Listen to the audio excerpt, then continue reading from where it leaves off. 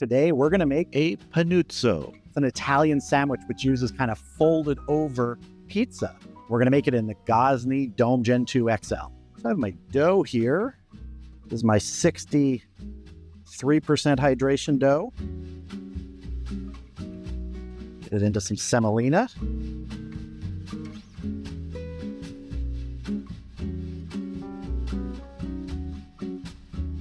What we're going to do is we're just going to form this like we would any other pizza. Going to let gravity do some of the work here. Kind of get it up.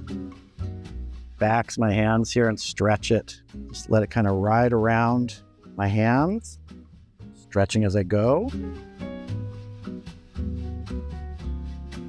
Just try and brush off a little bit of that excess semolina.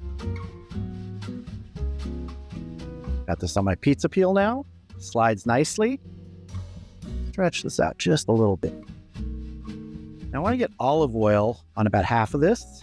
Brush it around all the way to the edge. What we're trying to do is create a non-stick surface when we fold this over here and get it in the pizza oven. Just like that. And we just take it, fold it over, create a half moon shape. Make sure we still slide.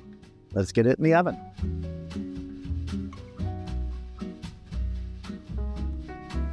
Just want to get some nice color on here.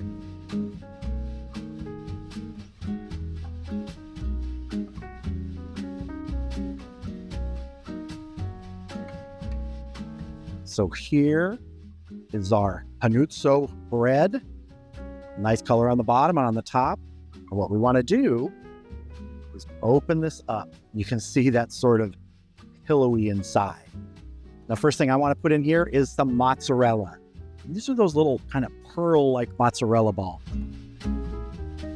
Now, a lot of Panuozzos, what people will use is burrata, because you break it open, it's got that creamy center. What I'm going to do here is I'm going to put these in here, and I'm just going to, like this, put it back in the pizza oven for just, like, I don't know, 30 seconds maybe, just to kind of melt it a little bit. Just want to get it a little melty. Doesn't have to be completely melted like on a pizza. Just like that. Now what I want to do is get some prosciutto on here. It's one of those sandwiches you can put anything you want on. In fact, I have something here that I can't even remember what it is. Anyone?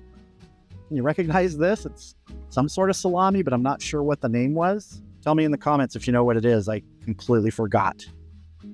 Let me get some maybe arugula on here so we can pretend we're having a salad with our meat and our pizza. Also a little drizzle of some balsamic vinegar on here. Just a little bit. Brings a little sweetness to this. And some shredded parm. We fold it over. There we go. Our Panuozzo. Let's cut this in half, make it manageable, and have a taste. Oh, look at that. There's really no wrong way to eat this, so let's go. Okay, I taste everything here, but that last little hit of balsamic is so good. This is an easy way to change up your pizza game if you want to make pizza for people, but not quite pizza and surprise them. This is great.